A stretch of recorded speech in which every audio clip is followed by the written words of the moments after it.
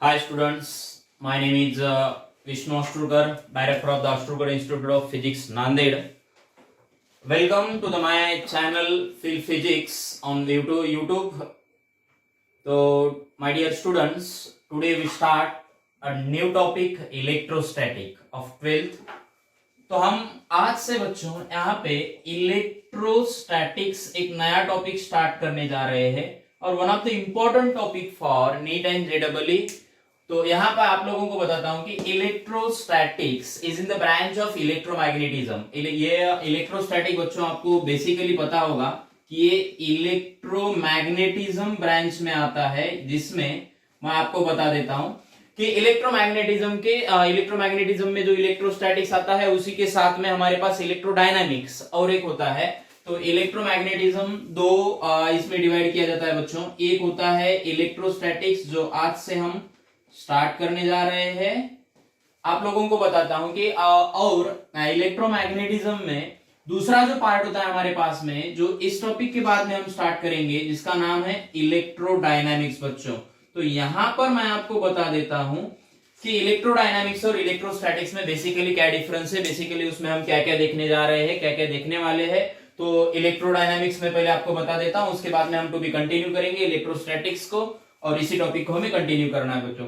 तो इलेक्ट्रो का मीनिंग मैं आपको बता देता हूं। इलेक्ट्रो का मीनिंग होता है बच्चों चार्ज, जो आपने 10th और 9th में बेसिकली इसको देखा होगा कि electro means charge, static means rest, dynamics means is in motion. तो यहां पर बच्चों डायनामिक्स का मीनिंग होता है इज इन मोशन, जो घूम रहा है धीरे धीरे। तो यहां पर अभी देखो, इलेक्ट्रोडायनामिक्स का मीनिंग हुआ कि चार्ज, और डायनामिक्स का मीनिंग हुआ मोशन, यानी चार्जेस जब मोशन में होते हैं, चार्ज इज इन मोशन, तब हम उसकी चार्जेस की स्टडी करते हैं इन द ब्रांच ऑफ इलेक्ट्रोडायनामिक्स। और इलेक्ट्रोडायनामिक्स ब्रांच आती है बच्चों इलेक्ट्रोमैग्नेटिज्म में। तो यहाँ पर ये थोड़ी सी बड़ी ब्रांच है बच्चों आपके सिलेबस के लिए। इसमें बहुत सारे टॉपिक्स है, आपको आगे कंटिन्यू करने हैं, जिसमें मैं आपको बता देता हूं कि पहला टॉपिक जो है हमारा, पहला कंसेप्ट जो हमारा है, यहाँ पर आता है इलेक्ट्रिक करंट बच्चों। तो यहाँ पर इस इलेक्ट्रोडायनामिक्स में पहले आता है इलेक्ट्रिक करंट, जो आपको इलेक्ट्रोस्टैटिक्स के बाद में हमें इलेक्ट्रिक करंट देखना है। उसके बाद में हम आते हैं मैग्नेटिज्म के ऊपर बच्चों। आपको एक स्पेशली मैग्नेटिज्म नाम का भी टॉपिक है, नीट के लिए हुआ है, जेडबलई के लिए हो। उसके बाद में हम देखते हैं बच्चों ईएमआई। सब लोगों को पता है ईएमआई क्या होता है। ईएमआई का मीनिंग होता है इलेक्ट्रोमैग्नेटिक इंडक्शन बच्चों। तो ये भी one of the important topic और नीट के लिए इंपॉर्टेंट है, और हम इलेक्ट्रोडायनामिक्स में देखेंगे, धीरे धीरे कंटिन्यू करेंगे। सबसे पहले इलेक्ट्रोस्टैटिक्स आज हम स्टार्ट करेंगे, इसके बाद में इलेक्ट्रिक करंट के ऊपर आएंगे, बाद में मैग्नेटिज्म होगा, बाद में ईएमआई होगा। इसी के साथ में हमें और एक टॉपिक देखना है जिसको हम बोलते हैं अल्टरनेटिंग करंट, जिसको हम बोलते हैं एसी बच्चों। तो यहाँ पर तो अभी हम देख रहे हैं कि इलेक्ट्रोडायनामिक्स के इतने सारे टॉपिक्स है, ये हम देखेंगे बाद में। सबसे पहले हमें देखना है बच्चों इलेक्ट्रोस्टैटिक्स। इलेक्ट्रोस्टैटिक्स का मीनिंग मैं आपको बता देता हूं। इलेक्ट्रोस्टैटिक्स, इलेक्ट्रो का मीनिंग होता है बच्चों चार्ज, मैंने अभी अभी आपको बताया है, और स्टैटिक का मीनिंग होता है रेस्ट, यानी charges are at rest. Charges are at rest, यानी चार्जेस जब रेस्ट पे रहेंगे तब हम स्टडी करेंगे इलेक्ट्रोस्टैटिक्स में बच्चों। तो यहाँ पर अभी हम स्टार्ट करते हैं इलेक्ट्रोस्टैटिक्स। एक्चुअल में नया एक टॉपिक हमारा कंटिन्यू करेंगे, टू बी कंटिन्यू। यहाँ पर देखो इलेक्ट्रोस्टैटिक्स क्या होता है, अभी हम थोड़ा सा जानेंगे, थ्योरेटिकली हो, नीट के लिए भी हो, कोई बात नहीं उसमें, ठीक है। तो अभी देखो यहाँ पर इलेक्ट्रोस्टैटिक, तो बच्चों इलेक्ट्रोस्टैटिक्स का मैंने अभी अभी मीनिंग बताया आप लोगों को, चार्जेस आर एट रेस्ट, यानी चार्जेस जब रेस्ट में रहते हैं, रुके हुए चार्जेस के बारे में हम स्टडी करेंगे इलेक्ट्रोस्टैटिक्स में। अब देखेंगे इलेक्ट्रोस्टैटिक्स की थ्योरेटिकली डेफिनेशन हमारे पास में क्या होता है बच्चों। हम नीट का भी प्रिपरेशन कर रहे हैं ना, तो हमें थोड़ा सा थ्योरेटिकली भी मालूम होना चाहिए कि एक्चुअल में ये क्या होता है, क्या नहीं होता है, हमें बताना भी आना चाहिए कहां पर। तो या आपको बता देता हूं कि it is a branch of, यहां पर थोड़ा सा कॉन्सेंट्रेट करो आप लोग, it is the branch of physics बच्चों। ये फिजिक्स के ब्रांच में आता है, ये छोटा बच्चा भी जानता है बच्चों। It is the branch of physics which deals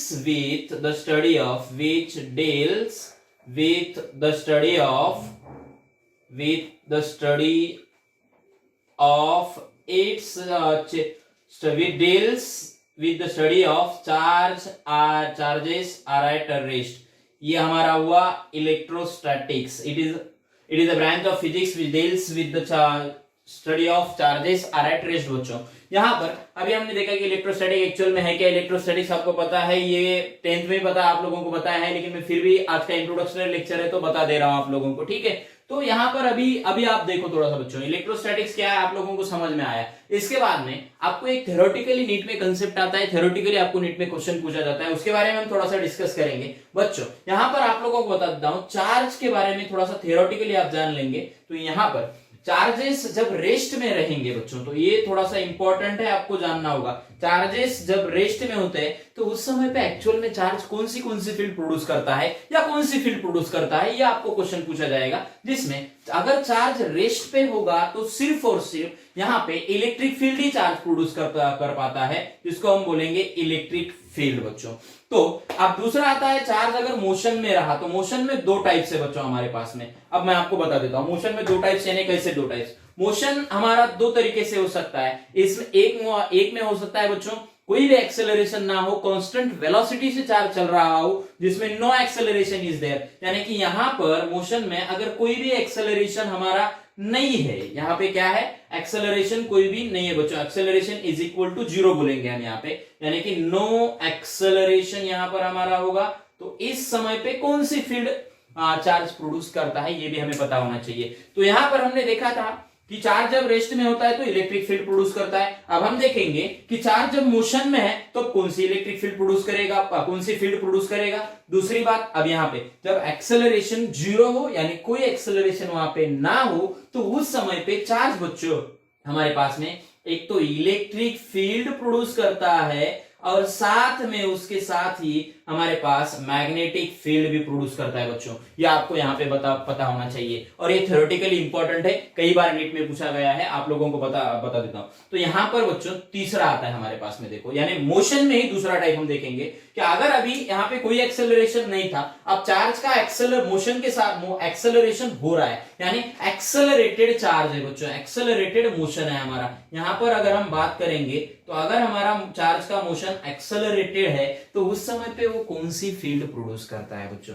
तो यहां पर आप लोगों को मैं बता देता हूं कि यहां पर एक तो इलेक्ट्रिक फील्ड प्रोड्यूस करेगा ही करेगा, दूसरी बात बच्चों यहां पर ये मैग्नेटिक फील्ड भी प्रोड्यूस करेगा, तीसरी बात बच्चों इसी के साथ में ये इलेक्ट्रोमैग्नेटिक वेव्स भी प्रोड्यूस करता है। यानी जब चार्ज मोशन में होगा और उसका मोशन एक्सेलरेटेड मोशन होगा तो उस समय पे उसके पास इलेक्ट्रिक फील्ड होगी, मैग्नेटिक फील्ड होगी, और उसी के साथ बच्चों ये इलेक्ट्रोमैग्नेटिक वेव्स भी प्रोड्यूस करता है, यानी हम इसको बोलते हैं ईएम वेव्स बच्चों। ये अब हम क्या करेंगे बच्चों, आप लोगों को पता सोच रहे होंगे कि सर इलेक्ट्रिक फील्ड कैसे प्रोड्यूस होगा, मैग्नेटिक फील्ड कैसे प्रोड्यूस होगा, ईएम वेव्स कैसे प्रोड्यूस होंगे।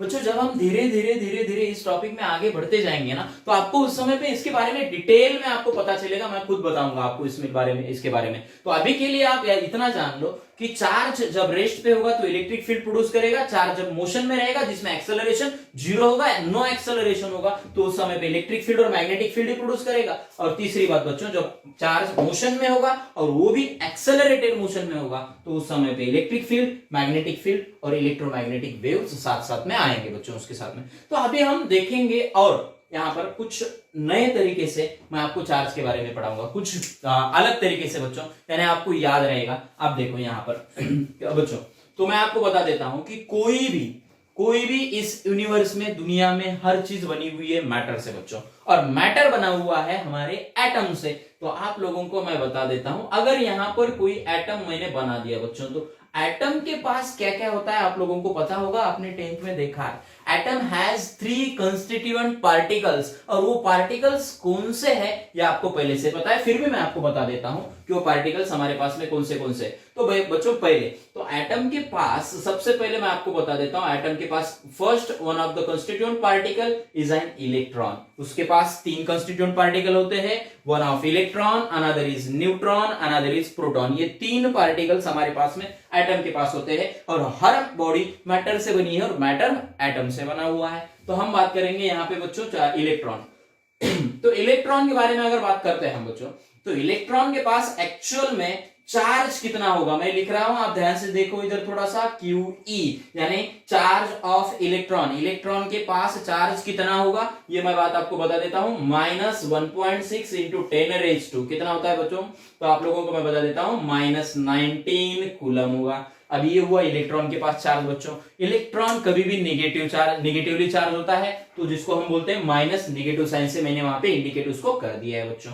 तो यहां पर देखो मास ऑफ इलेक्ट्रॉन कितना होगा, फिर अब जैसे हमने चार्ज देखा इलेक्ट्रॉन का, उसी तरीके से अब हम मास देखेंगे। मास कितना होगा, मास होगा हमारा बच्चों इसका 9.1 इंटू 10⁻31 kg। अब यहाँ पे आप लोगों को मैं बता देता हूं कि एटम में इलेक्ट्रॉन का चार्ज इतना है, उसके बाद में मास ऑफ इलेक्ट्रॉन इतना है बच्चों। तो यहां पर अभी आप बात करेंगे उसके आगे, धीरे धीरे थोड़ा सा देखो। दूसरा कंस्टिट्यूएंट पार्टिकल्स आता है बच्चों प्रोटॉन, इसमें आता है दूसरा कंस्टिट्यूएंट पार्टिकल्स, हम देखेंगे प्रोटॉन। अब प्रोटॉन के पास चार्ज कितना होगा, बस उतना ही होगा जितना इलेक्ट्रॉन के पास है, सिर्फ वो पॉजिटिव निगेटिवली चार्ज था, ये पॉजिटिवली चार्ज होगा, यानी ये प्लस में आएगा बच्चों, यानी QP यानी charge of proton is equal two plus. बस बाकी तो वैल्यू आपको मैं बता दे रहा हूं कि उतनी ही रहेगी, 1.6 इंटू 10⁻⁻19 कूलम, सेम चार्जेस है, सेम वैल्यू रहेगी। बस ये रहेगा हमारा निगेटिवली चार्ज, ये रहेगा हमारा पॉजिटिवली चार्ज। अब देखेंगे बच्चों इसके पास इसकी वैल्यू यानी कि मास ऑफ द प्रोटॉन कितना होगा, उसका मास भी कितना होता है प्रोटॉन का, हम जानेंगे अभी। तो देखो मास होता है बच्चों इसका 1.673 इंटू 10⁻⁻27 kg। थोड़ा देखो अब यहां पर ये है हमारा मास ऑफ प्रोटॉन, ये है हमारा मास ऑफ इलेक्ट्रॉन। तो आप लोगों को मैं बता देता हूं कि यहां पर एक चीज आपको नोट डाउन करने वाली है बच्चों, आपको यहां पे थोड़ा सा ध्यान से देखना है इधर कि क्या हो रहा है। तो देखो ये मास ऑफ प्रोटॉन है हमारा 1.673 इंटू 10⁻⁻27 और मास ऑफ इलेक्ट्रॉन है 9.1 इंटू 10⁻31 kg। ओके, तो यहां पर बच्चों एक नोट डाउन करने वाली चीज है बच्चों, यहां पे इंपॉर्टेंट एक नोट डाउन करने वाली चीज हमारे पास में ये आती है कि मास ऑफ प्रोटॉन एक्चुअल में इलेक्ट्रॉन की कितने टाइम्स होता है, तो मैं आपको यहां पे बता देता हूं, mass of proton is equal to 1836 बच्चों, यानी कि 1836 times of mass of electron. ये सबसे इंपॉर्टेंट है, इसको आपको याद रखना होगा, इसको आपको कंटिन्यू करते हुए थोड़ा सा कांस्टेंट यहाँ पे इंपॉर्टेंट है, नोट डाउन करना है आपके बुक में। ओके, तो देखो ये नोट डाउन करने वाली चीज हमने बताई है कि मास ऑफ प्रोटॉन इलेक्ट्रॉन से कितने टाइम्स होता है, तो मास ऑफ प्रोटॉन इलेक्ट्रॉन्स के 1836 टाइम्स होता है, ये मैंने आपको बता दिया है वहां पे। तो दूसरी बात बच्चों, अभी हमने दो कंस्टिट्यूएंट पार्टिकल्स एटम में देखे थे, एक इलेक्ट्रॉन एक प्रोटॉन। अब आपको पता है कि तीसरा कौन सा है, तीसरा तो आप सभी लोगों को पता है, तीसरा है हमारे पास में यहाँ पे न्यूट्रॉन। ले लेता हूं मैं, न्यूट्रॉन के पास चार्ज कितना होता है, तो बच्चों ये न्यूट्रल होता है, यानी इसके पास कोई चार्ज नहीं है, नो चार्ज यहाँ पर है, और इसको हम बोलेंगे न्यूट्रल है। तो अब बात आती है इसका मास कितना होता है, तो मास होता है बच्चों इसका प्रोटॉन के बराबर, यानी mass of neutron is equal to mass of proton होता है यहाँ पर। तो अभी हम यहाँ पर देखो बच्चों कि एटम में तीन कंस्टिट्यूएंट पार्टिकल्स देखे, अलग अलग चार्ज है, उसके चार्ज कितना है उसके ऊपर, उसका मास कितना है वो भी देखा बच्चों। आप लोगों को लगता होगा अभी कि सर इतने सारे वैल्यूज हमें याद करने हैं, बच्चों याद नहीं करना है आप लोगों को, मैं बता देता हूं। इसके ऊपर हमने आगे देखते समय इसके ऊपर इतने सारे क्वेश्चंस हम करेंगे कि ये वैल्यूज आपको अपने आप याद हो जाएगी, तो आपको डरना नहीं है, याद करने की कोई जरूरत नहीं है यहाँ पे बच्चों। तो चलो अब ये हुआ हमारा एटम के बारे में, कंस्टिट्यूएंट पार्टिकल्स के बारे में हमने डिस्कस किया है, क्या क्या होता है क्या क्या नहीं होता है। तो इसके बाद हम आते हैं बच्चों कि ये एक्चुअल में चार्ज है क्या, चार्ज आया कहां से, और चार्ज किसने डिस्कवर किया गया या किसने उसके ऊपर एक्सपेरिमेंट करके हमें बताया गया है कि चार्ज ऐसा होता है बच्चों। ठीक है, तो अभी हम थोड़ा सा आगे इसको कंटिन्यू करेंगे। तो पहले बच्चों आपको एक काम करना है कि आपके जब भी आप देख रहे हैं उस समय पे आपको एक नोटबुक रखनी है साथ में, पेन और नोटबुक साथ में रखे हुए, इस सबको पॉज करके वहां पे राइट डाउन करना है बच्चों आप लोगों को। ठीक है, तो यानी कि आपके पास आपके खुद के नोट्स तैयार हो जाएंगे और बाद में आपको कभी दिक्कत नहीं आएगी। ओके, तो अभी हम क्या करेंगे कि चार्ज एक्चुअल में है क्या, तो इसके बारे में थोड़ा सा डिस्कस करेंगे। अभी देखो आप लोगों को ग्रेविटेशन के बारे में पता होगा बच्चों, ग्रेविटेशन 10th क्लास में आपने बेसिकली देखा था। तो अकॉर्डिंग टू, मैं चार्ज के बारे में बताने से पहले थोड़ा सा इसको समरी दे देता हूं ग्रेविटेशन की, okay, Newton's laws of gravitation की। तो यहां पे according to Newton's laws of motion, Newton's laws of gravitation बच्चों, तो ग्रेविटेशन में क्या कहा गया था आप लोगों को मैं बता देता हूं 2 मिनट के लिए, यहां पर कॉन्सेंट्रेट करो आप सभी लोग। ओके, तो यहां पर बच्चों न्यूटन ने ये कहा था कि कोई बॉडी अगर हमारे पास में एक बॉडी है, सिंगल बॉडी, जिसका नाम मैंने दिया है ए, उसके पास मास है m1, ठीक है। ओके, तो इसके पास दूसरी बॉडी है हमारे पास में बी, जिसका मास है m2, और इन दोनों के बीच में डिस्टेंस दिया गया है r। r डिस्टेंस पे ये दो बॉडीज रखी गई है, दोनों मासिव बॉडीज है, दोनों बॉडीज के पास मास है। तब न्यूटन ये कहता है कि इन दोनों बॉडीज के पास if these are massive bodies, then यहाँ पे एक फोर्स होगा जिसका नाम दिया है न्यूटन ने ग्रेविटेशन फोर्स बच्चों। तो इन दोनों के बीच में फोर्स होगा। उसने उस समय पे ये कहा था कि फोर्स होता है directly proportional to m1 m2 के बराबर, यानी हम बोलते हैं कि gravitational force is directly proportional to product of their masses, ये पता है आप लोगों को। उसके बाद में inversely proportional to the square of the distance between them, दो बॉडीज के बीच में जितना भी डिस्टेंस है उसके इनवर्सली प्रोपोर्शनल है स्क्वायर के इसके।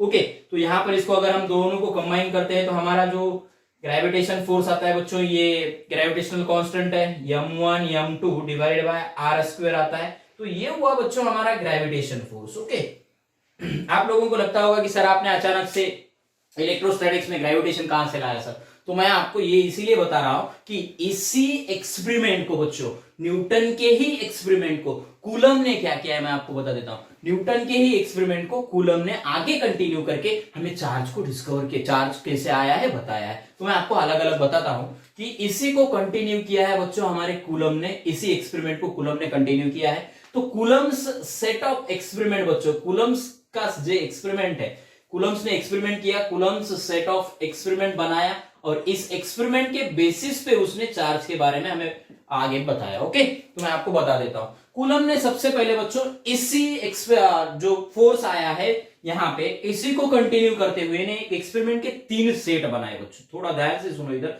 कॉन्सेंट्रेट करो बच्चों। ओके, तो यहां पर देखो उसने जो फर्स्ट सेट बनाया मैं आपको बता देता हूं। फर्स्ट सेट जब बनाया तो वहां पे जो कूलम था, कूलम ने क्या किया, यहां पर एक इलेक्ट्रॉन लिया बच्चों, उसके आगे कुछ डिस्टेंस पे न्यूट्रॉन लिया, फिर बाद में उसने प्रोटॉन लिया कुछ डिस्टेंस पे, फिर न्यूट्रॉन लिया, फिर यहाँ पे न्यूट्रॉन लिया, फिर कुछ डिस्टेंस पे इसने न्यूट्रॉन लिया बच्चों। और इसमें कुछ ना कुछ तो भी डिस्टेंस दिया गया है, हर इसमें हमें बता देते हैं कि हम r डिस्टेंस पे इसको रखा गया है, ऐसा बताया गया है कूलम ने। ओके, तो अभी देखो कि यहां पर न्यूटन ने क्या किया था।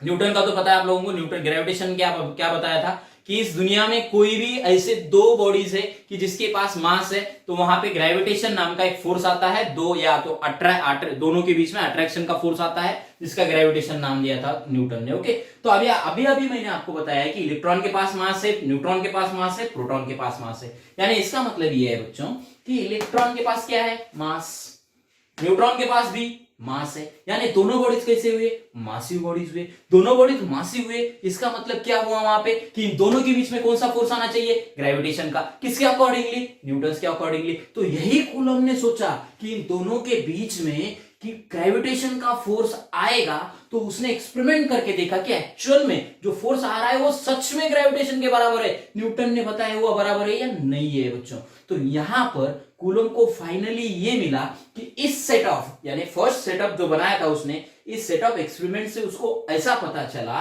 कि यहां पर बच्चों उसको ये मिलता है कि न्यूटन ने जो ग्रेविटेशन का फोर्स आया वही फोर्स उस एक्सपेरिमेंटली था। यानी यहां पर उसने ये करके दिखाया बच्चों कि जो फर्स्ट सेटअप बनाया है, जो इलेक्ट्रॉन न्यूट्रॉन, प्रोटॉन न्यूट्रॉन और न्यूट्रॉन न्यूट्रॉन, इनके बीच में जो फोर्स आएगा वो फोर्स न्यूटन्स ने जो बताया था, न्यूटन्स का लॉ ऑफ ग्रेविटेशन था, उतना ही आया। तो कूलम्स को यहां से कुछ मिला ही नहीं बच्चों। तो कूलम ने क्या किया, दूसरा सेट ऑफ एक्सपेरिमेंट बनाया। मैं आपको बता देता हूं दूसरा सेटअप इसमें किस तरीके से बनाया बच्चों। यानी सेकंड सेट जो बनाया उसमें उसने क्या किया मैं आपको बता देता हूं।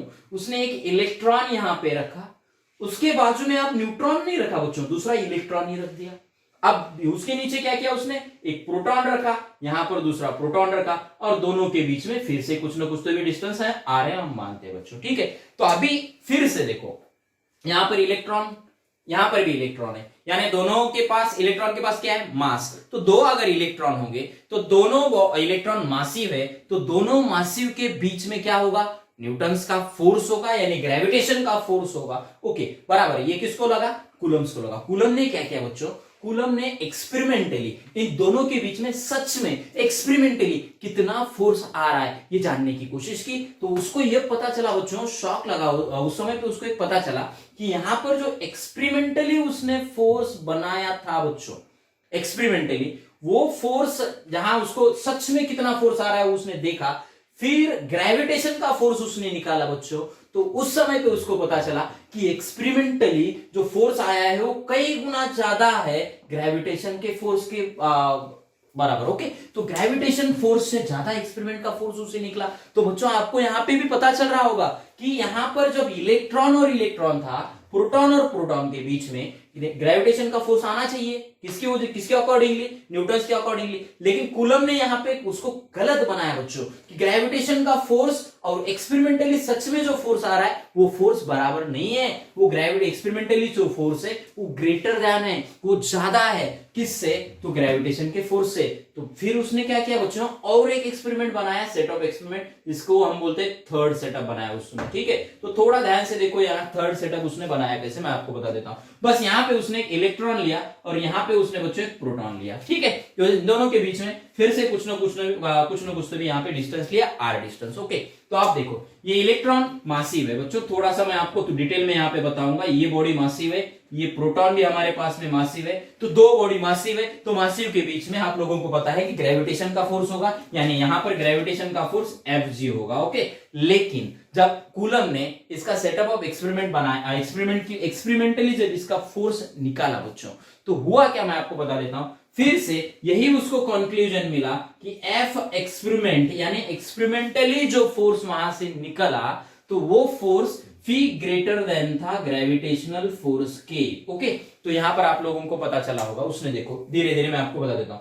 कूलम सेट ऑफ एक्सपेरिमेंट यानी कूलम ने अलग अलग सेटअप बनाए, इसी को कंटिन्यू करते हुए। ओके, बाद में उसको यहाँ पे फर्स्ट सेट ऑफ एक्सपेरिमेंट में मिला ग्रेविटेशन का फोर्स और एक्सपेरिमेंटली दोनों बराबर आ रहे हैं। यहाँ पर एक्सपेरिमेंटली ग्रेटर देन, यहाँ अलग आ रहा है, यहाँ पर एक्सपेरिमेंटली ग्रेटर देन भी अलग आ रहा है फोर्स। ठीक है, ग्रेटर आ रहा है फोर्स। ओके बच्चों, तो फाइनली आप लोगों को मैं यहाँ पे बता देता हूं कि एक्चुअल में हुआ क्या, यानी कंक्लूजन हमें यहां से क्या मिलता है बच्चों। तो फ्रॉम अबव एक्सपेरिमेंट यानी हम या फ्रॉम अबव एनालिसिस बच्चों क्या मिलता है, फ्रॉम अबव एनालिसिस बच्चों। तो यहाँ पे कूलम सेट ऑफ एक्सपेरिमेंट से एक हमें एनालिसिस मिला, वो एनालिसिस मैं आपको बता देता हूं। From above analysis we conclude that in second and third experiment is greater than F gravitation. इसका मतलब बच्चों आप लोगों को बता देता हूं कि जो कूलम ने एक्सपेरिमेंट बनाया, सेकंड और थर्ड जो एक्सपेरिमेंट उसे मिला, वहां पर एक्सपेरिमेंटली उसको जो फोर्स मिला है वो एक्चुअल में ग्रेविटेशन फोर्स से ज्यादा है। यानी न्यूटन ने बताया था कि मासिव बॉडीज के बीच में क्या होगा कि फोर्स लगेगा और वो फोर्स ग्रेविटेशन के बराबर रहेगा बच्चों। लेकिन यहां पर सेकंड सेट और थर्ड सेट से उसको ये पता चला कि ग्रेविटेशनल फोर्स के बराबर ये फोर्स नहीं है, एक्सपेरिमेंट से निकाला गया। तो उस समय पे यानी यहां पर हमें ये बता सकते हैं हम कि अपार्ट फ्रॉम मास के अलावा, मास के अलग, ये देखो यहां पे अपार्ट फ्रॉम मास से अलावा मैटर के पास मस्ट है कि कुछ ना कुछ तो भी ऐसी एक प्रॉपर्टी है जिसकी वजह से यहां पर फोर्स बच्चों बढ़ रहा है, इंक्रीज हो रहा है, ग्रेटर हो रहा है। किससे, तो ग्रेविटेशनल फोर्स से। यानी कि apart from mass matter must have an another property which is responsible for बच्चों, कि किसके लिए रिस्पॉन्सिबल है ये, तो यहां पर जो फोर्स बढ़ रहा है, इंक्रीज हो रहा है एडिशनल फोर्स के लिए। ओके, तो वो जो प्रॉपर्टी है बच्चों मैटर के पास जो रिस्पॉन्सिबल एडिशनल फोर्स के लिए हो रही है, तो इस प्रॉपर्टी, ये जो प्रॉपर्टी है, ये property matter because of matter shows, ये वाली जो प्रॉपर्टी है ये मैटर की ऊपर ये ऐसा इफेक्ट दिखाएगा, ये इफेक्ट दिखाता है मैग्नेटिक इफेक्ट और इलेक्ट्रिक इफेक्ट बच्चों। यानी इलेक्ट्रिक इफेक्ट भी उसके पास दिखाता है और मैग्नेटिक इफेक्ट भी दिखाता है। और इसी प्रॉपर्टी को हम कूलम ने बताया कि यही जो प्रॉपर्टी है, यही बच्चों हमारे पास में चार्ज है। तो जो हम चार्ज करते हैं बच्चों कि चार्ज क्या है, चार्ज ऐसा होता है, पॉजिटिव होता है, नेगेटिव होता है, इलेक्ट्रॉन होता है, प्रोटॉन होता है, ये होता है, उसका मास ये है, ये सब कुछ है बच्चों। तो लेकिन चार्ज आया कहां से, चार्ज एक्चुअल में होता क्या है, तो मैंने आपको यहाँ पे डिटेल में बताया है कि चार्ज आया कहां से बच्चों। न्यूटन के ही एक्सपेरिमेंट को कूलम ने कंटिन्यू करते हुए उसने सेटअप बनाया जिस एक्सपेरिमेंट से, और उस एक्सपेरिमेंट से उसे ये सब चीजें पता चली कि चार्ज मैटर के पास मास के अलावा कुछ ना कुछ तो भी प्रॉपर्टी है बच्चों। ये अब मेरे हाथ में पेन है बच्चों, तो पेन के पास एक प्रॉपर्टी क्या है कि इसका मास है। मास है कि नहीं, ये मास, ये पेन है, पेन के पास कुछ ना कुछ तो भी मास है, यानी मास क्या है तो प्रॉपर्टी ऑफ दैट मैटर, एक मैटर की प्रॉपर्टी है। उसी तरीके से किसी भी मैटर के पास एक अलग मास के अलावा कुछ अलग प्रॉपर्टी होती है जिसको हम बोलते हैं बच्चों चार्ज। समझ में आ रहा है सभी लोगों को, यही है बच्चों। ओके, तो अभी देखेंगे कि एक्चुअल में चार्ज हमारा है क्या, सॉरी चार्ज के अलग अलग यूनिट्स क्या है बच्चों, ये देखते हैं। थोड़ा सा कंटिन्यू करेंगे हम इसी को। तो चार्ज का ऐसा यूनिट आप लोगों को पता होगा क्या है, ये सब चीजें किसने बताई बच्चों, कूलम ने ना। तो ये कूलम ने बताया, इसका मतलब क्या है, कूलम ने बताया है तो कूलम कूलम का ही नाम देगा ऐसा यूनिट के लिए बच्चों। तो ऐसा यूनिट जो है चार्ज का हमारे पास में वो कूलम ही है। तो चार्ज का सबसे पहले हम डिस्कस करेंगे ऐसा यूनिट क्या होता है बच्चों, ठीक है। तो ऐसा यूनिट होता है बच्चों कूलम, यानी इसी को हम बोलते हैं सी। ओके, अब ये चार्ज का ऐसा यूनिट हुआ हमारा। अब बात करते हैं डायमेंशनल फार्मूला की बच्चों, ठीक है। तो डायमेंशनल फार्मूला हमारे पास में कहां से आया मैं आपको पहले बता देता हूं। 10th क्लास में आपने डिराइव किया होगा डायमेंशनल फार्मूला हमारे पास में। क्या आप लोगों को पता है डायमेंशनल फार्मूला उसका क्या होता है? ओके, क्या होता है डायमेंशनल फार्मूला चार्ज का? m0 l0, बताओ जल्दी, m0 l0 t1, उसके बाद में A1। ओके, ये हुआ हमारा डायमेंशनल फार्मूला। ये आया कहां से बच्चों, ये कहां से हम इसको डिराइव कहां से कर सकते हैं, बोलो आप लोग, डिराइव कहां से कर सकते हैं? करंट का फार्मूला आप लोगों को पता है, करंट क्या होता है, करंट। ये डिराइव थोड़ा सा मैं आपको बता देता हूं कि ये डिराइव्ड कहां से हुआ, डिराइव्ड फ्रॉम करंट क्या है बच्चों, तो Q upon T, charge per unit time जो बोलते हैं हम, इसी को हम क्या बोलते हैं, करंट। तो चार्ज हम निकालने हैं तो चार्ज क्या होगा, I इंटू टी। तो ये फार्मूला चार्ज का हुआ बच्चों। ओके, तो उसके बाद में चार्ज कौन सी ये है बच्चों, क्वांटिटी, वेक्टर क्वांटिटी है कि स्केलर क्वांटिटी है? तो चार्ज हमारे पास में आती है स्केलर क्वांटिटी। ओके, चार्ज होती है स्केलर क्वांटिटी, ठीक है। अब ये चार्ज हमारे पास में हुआ स्केलर क्वांटिटी। दूसरी बात, इसके स्मॉलेस्ट कुछ अलग अलग यूनिट्स हैं जो मैं आपको बताता हूं, सम स्मॉलर यूनिट्स। ओके, सम स्मॉलर यूनिट। सबसे पहले हम देखेंगे 1 माइक्रोकूलम यानी कितना, सॉरी 1 माइक्रोकूलम यानी कितना कूलम होता है बच्चों, बोलो कितना होता है, आप लोगों को पता है? यहां पर होता है 10⁻⁻⁶ कूलम। उसके बाद में 1 मिलीकूलम का क्या होगा, मिलीकूलम 10⁻³ कूलम आता है। उसके बाद में हम बात करते हैं, डिस्कस करते हैं 1 नैनोकूलम की। तो 1 नैनोकूलम कितना होता है, बोलो? नैनोकूलम होता है 10⁻⁹ कूलम होता है बच्चों यहाँ पर, ठीक है। अब ये जो बातें की हमने, ये हुआ हमारा ऐसा यूनिट कूलम है। Dimensional formula m0 l0 t1 a1 है। ओके, ये डिराइव कहां से हुआ ये मैंने आपको बताया है। ये स्केलर क्वांटिटी है। सम स्मॉलर यूनिट्स मैंने आपको नीचे दिए गए हैं। अब बात करेंगे हम उसके सीजीएस यूनिट के बारे में बच्चों, ठीक है। अब इसका सीजीएस यूनिट क्या है, बोलो मुझे, CGS unit of charge. Okay, charge का सीजीएस यूनिट क्या होता है? तो चार्ज का सीजीएस यूनिट होता है बच्चों स्टैट कूलम। ओके, तो सीजीएस यूनिट हम जो बोलते हैं इसको स्टैट कूलम बोला जाता है। ओके, स्टैट कूलम बोलते हैं बच्चों, ठीक है। स्टैट कूलम और ईएसयू, इसको हम स्टैट कूलम बोलते हैं या ईएसयू भी बोलते हैं बच्चों। यहाँ पर आप लोगों को बता देता हूँ, कूलम के लिए हम कन्वर्जन करना चाहते हैं तो जब भी हम क्वेश्चंस या न्यूमेरिकल सॉल्व करेंगे बच्चों, तो इसका इंपॉर्टेंट आप लोगों को पता है कि सीजीएस यूनिट को एसआई में कन्वर्ट करना पड़ता है, या कोई भी न्यूमेरिकल हमें एक ही क्वांटिटी में सॉल्व करना पड़ता है। तो ये कन्वर्जन फैक्टर सबसे इंपॉर्टेंट है। आप लोगों को मैं बता देता हूं कि यानी स्टैट कूलम हो या ईएसयू हो बच्चों, दोनों एक ही है। तो 1 ईएसयू इक्वल टू कितना कूलम होता है, हाउ मेनी कूलम होता है? तो मैंने आपको यहाँ पे बता दिया है कि 3.36 इंटू 10⁻⁻10 कूलम होता है। ओके, तो यहाँ आपको ये कन्वर्जन के लिए काम में आएगा, तो आपको इसको याद रखना है कि कितनी वैल्यू किसके बराबर होती है, ठीक है। और बच्चों इसी को मैं आपको दूसरी बात बता देता हूँ, इसी जो यूनिट है हमारा स्टैट कूलम है, उसी को हम बोलेंगे ईएसयू बोलेंगे, ईएसयू। ओके, अब दूसरी बात, दूसरा इसी यूनिट को और एक नाम दिया गया है बच्चों जिसका नाम है फ्रैंकलिन, यानी stat coulomb means franklin, ESU means franklin और franklin means stat coulomb. Okay, ये सब एक ही है। ओके, तो यहां पर दूसरी बात और दूसरी चीज बच्चों यहां आपको मैं आपको बता देता हूं कि smallest unit of the charge, charge का सबसे स्मॉलेस्ट यूनिट फ्रैंकलिन ही है, जिसको हमने अभी अभी बताया है, अभी अभी मैंने बताया कि फ्रैंकलिन ये सबसे स्मॉलेस्ट यूनिट है किसका, तो चार्ज का बच्चों। ओके, दूसरी बात, अगर चार्ज का स्मॉलेस्ट यूनिट फ्रैंकलिन है तो आप लोगों को पता है कि लार्जेस्ट भी आप लोगों को पता होना चाहिए, तो लार्जेस्ट यूनिट है फैराडे बच्चों। यहाँ पर मैंने आपको लिख के दिया गया है कि while Faraday is the largest unit of charge, यहां पर मैं बता देता हूं largest unit of charge. Okay, तो देखो तो यहां पर अब फैराडे कितने कूलम के बराबर होगा, तो फैराडे की वैल्यू बच्चों 1 फैराडे इक्वल टू 96500 कूलम होता है। ओके, तो अभी देखो आज इलेक्ट्रोस्टैटिक्स हमने स्टार्ट किया है, और इलेक्ट्रोस्टैटिक्स में हमने स्टार्टिंग से चार्ज क्या है, चार्जेस के अलग अलग यूनिट क्या है, इलेक्ट्रॉन का मास, प्रोटॉन का मास, न्यूट्रॉन के पास कितना मास है, ये सब चीजें डिस्कस की है। कौन सी फील्ड रेस्ट में या मोशन में होता है ये भी हमने डिस्कस किया है। चार्ज का कूलम ने जो सेट ऑफ एक्सपेरिमेंट दिया था वो भी हमने डिस्कस किया है। अब अगला नेक्स्ट जो टॉपिक होगा हमारा, अगला नेक्स्ट जो लेक्चर होगा इलेक्ट्रोस्टैटिक्स के ऊपर बच्चों, तो अगले नेक्स्ट लेक्चर में हम प्रॉपर्टीज ऑफ चार्जेस के बारे में डिस्कस करेंगे। प्रॉपर्टीज ऑफ चार्जेस, उसमें अलग अलग प्रॉपर्टीज है, क्वांटाइजेशन है, उसमें एडिटिव प्रॉपर्टी है बच्चों, उसमें कंजर्वेशन ऑफ चार्ज है। ये सब चार्जेस के ऊपर अलग अलग तरीके से हम डिस्कस करेंगे, उसके ऊपर बहुत सारे क्वेश्चन सॉल्व करेंगे। आज का इंट्रोडक्शन लेक्चर था, तो आज कोई न्यूमेरिकल नहीं आया बच्चों, तो न्यूमेरिकल की सिवाय नीट नहीं है, कोई जेडबल नहीं है, कॉम्पिटिटिव एग्जाम नहीं है। तो अगले लेक्चर से हम स्टार्ट करेंगे न्यूमेरिकल्स, जिसमें प्रॉपर्टीज ऑफ चार्जेस के कंसेप्ट के ऊपर अलग अलग तरीके से न्यूमेरिकल्स किस तरीके से सॉल्व किए जाते हैं, प्रीवियस ईयर के क्वेश्चंस किस तरीके से आए थे वो भी हम डिस्कस करेंगे यहाँ पर बच्चों।